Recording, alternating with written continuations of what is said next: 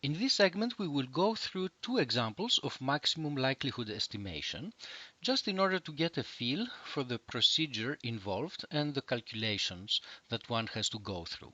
Our first example will be very simple. We have a binomial random variable with parameters n and theta. So think of having a coin that you flip n times, and theta is the probability of heads at each one of the tosses. So we flip it n times and we observe a certain numerical value, little k, for the random variable k. And on the basis of that numerical value, we would like to estimate theta. According to the maximum likelihood methodology, the first step is to write down the likelihood function. This is the probability of obtaining this particular piece of data if the true parameter is theta. Now, since k is a binomial random variable, the probability of obtaining k heads in n tosses is given by this expression here. So what we need to do is to take the data that we have observed, plug it in this formula, leave theta free.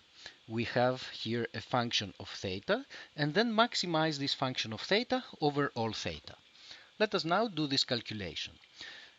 Actually, instead of maximizing this expression, it's a little easier to maximize the logarithm of this expression. And the logarithm of this expression is as follows. There's a first term, which is the logarithm of the n choose k term. Then the logarithm of theta to the k is k times log theta. And finally, the logarithm of the last term is n minus k log of 1 minus theta. So we need to maximize this expression with respect to theta. In order to do that, we take the derivative with respect to theta. Here there is no theta involved, we get a contribution of 0. This term has a derivative of k divided by theta, and this term here has a derivative which is n minus k times the derivative of this logarithmic term, which is 1 over what is inside the logarithm, but by the chain rule, because of this minus sign here, we get also a minus sign and we obtain this expression.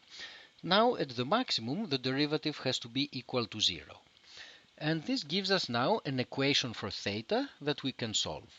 Let us take this term, move it to the right hand side, and then cross multiply with the denominators to obtain the relation that k minus k theta, this is obtained by multiplying this k with this 1 minus theta factor, has to be equal to this term times theta, which is n times theta minus k theta.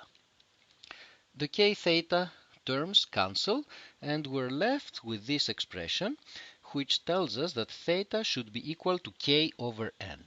So this is the maximum likelihood estimate for this particular problem, which is a pretty reasonable answer.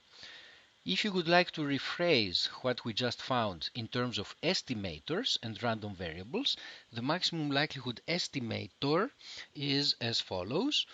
We take the random variable that we observe, our observations, and divide it by n, and this is now a random variable which will be our estimator. Now notice that in this particular example, the answer that we got is exactly the same as the answer that we got in the context of Bayesian inference when we were finding the maximum a posteriori probability estimator, but for the special case where the prior was a uniform distribution. So if we assume that theta is actually a random variable but has a uniform distribution, so that we have a flat prior and we carry out maximum posteriori probability estimation, we do obtain exactly the same estimate. And this is consistent with the comments that we made earlier, that maximum likelihood estimation can be interpreted also as map estimation with a flat prior. Let us now move to our second example, which will be a little more complicated. Here we have n random variables that are independent, identically distributed. They all have a normal distribution with a certain mean and variance. But both the mean and the variance are unknown, and we want to estimate them on the basis of these observations. The first step is to write down the likelihood function. That is the probability density function for the vector of observations given some set of parameters. Because of independence, the joint distribution of the vector of x's that we have obtained is the product of the PDFs of the individual x's, of the xi's. So the PDF of a typical xi that has variance v and mean mu is of this form. So this is the likelihood function in this case. This is the probability density of obtaining a particular vector x of observations when we have these particular parameters. We would like to maximize this function. As in our previous example, it is actually a little easier to maximize the logarithm of this expression. And this is the same as minimizing the negative of the logarithm of this expression. Now, when we take the logarithm of this expression, we have a product, so we're going to get a sum of logarithms. And I leave it to you to verify that the negative logarithm of this expression is of this form, plus some other constant that does not involve the parameters and which comes from this factor of 1 over square root 2 pi. In particular, this term here appears when we take the logarithm of this, and this happens n times because we have the product of n terms, and this term here appears when we take the logarithm of this expression, and after we put in the minus sign because we're actually considering the negative of the logarithm. Now, to carry out the minimization, what we need to do is to take the derivative of this expression with respect to mu, set it to 0, and also take the derivative with respect to v and set it to 0 as well. Solve those equations and find the optimal mu and v. So let's start by optimizing with respect to mu. So we're going to take the derivative of this expression with respect to mu and set it to 0. This term does not involve mu, so we only need to take the derivative of this, and the derivative of this is going to be, there's a term 1 over v, and then the derivative of a quadratic divided by 2 is just xi minus mu, and we have one term for each possible I. We get this equation. Now we can cancel out v, and we're left with the equation that the sum of the xi's is equal to the sum of the mu's, which is n times mu. And now we can send n to the denominator to obtain that the estimate of mu is going to be the sum of the xi's divided by n.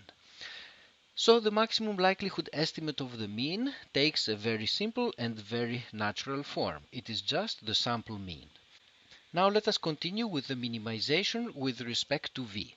In order to carry out that minimization, we need to take the derivative of this expression with respect to v and set it to 0.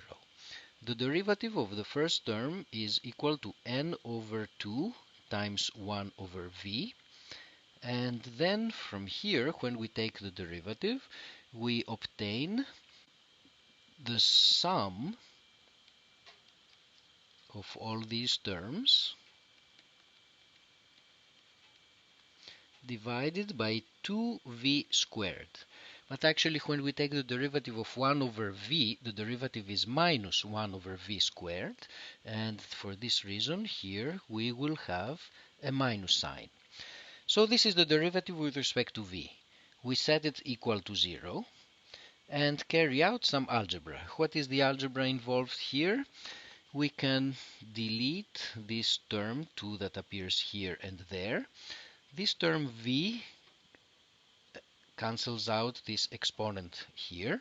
Then we take this v, move it to the other side, and then take this n and move it to this side underneath this term. And finally, what we obtain after you carry out this algebra is this expression, that the estimate of the variance is some form of the sample variance where we use the value of the optimal value of mu, and the optimal value of mu we have already found. It's given by this expression here.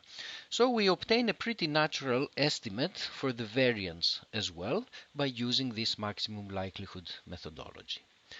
Now, these two examples were particularly nice because the algebra was not too complicated and the answers turned out to be what you might have guessed without using any fancy methods.